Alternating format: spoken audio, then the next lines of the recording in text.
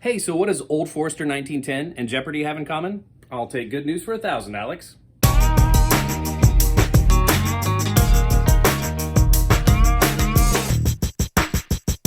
So welcome back to the Whiskey House for a little good booze, good news. So the way that this will work is we'll have a little bit of a drink and talk a little bourbon, and then we'll also get a little bit of a good news story out there. I mean, it's pretty easy to find the bad stuff, right?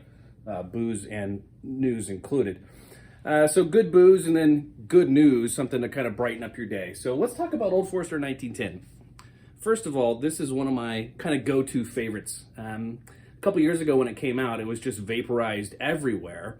But once you could find it again, Old Forester 1910 is just, it's sweet, it smells good, it's right in there at 93 proof, so it's not super hot, not gonna burn out your palate, and it's just kind of a great way to start a night or maybe finish. It's fantastic with a cigar as well. So the story goes in 1910, Old Forester had some bourbon ready to go, and then because of a fire had to take it and put it back in the barrels, and the rebarreling changed the complexity of the whiskey, and you can definitely taste it. So now they're doing it on purpose, not because of an emergency of any sort, but you really get extra oak, a little extra sweetness. It just smells, you know, vanilla and maple and a little rich on the nose.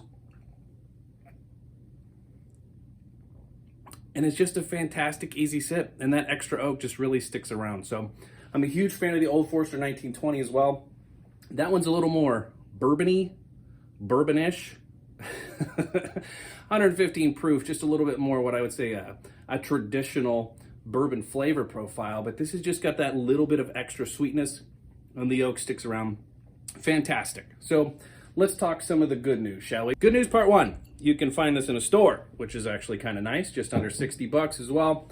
So what good is good bourbon if you can't find it? Good news number two. Let's talk Jeopardy. Who loves Jeopardy? That answer is my old man. Loves Jeopardy. We used to watch it all the time over his lunch break in the summertime. So you'd still be able to catch it then. And then reruns all the time. You wonder why Jeopardy is on Netflix? My old man is why Jeopardy is on Netflix.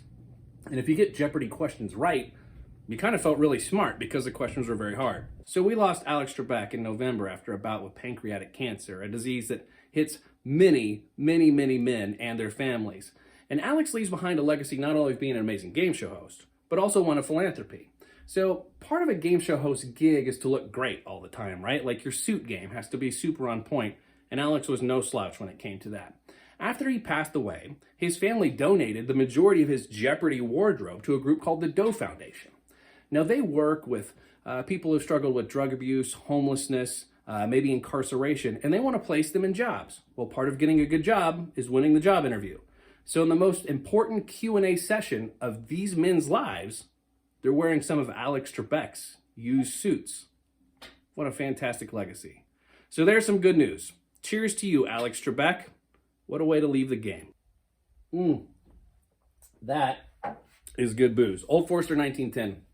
Highly recommended.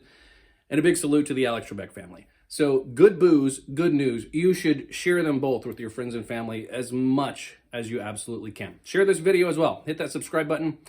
Share it with your friends. And we'll see you back here at the 813 Whiskey House for more good booze, good news. We'll see you soon.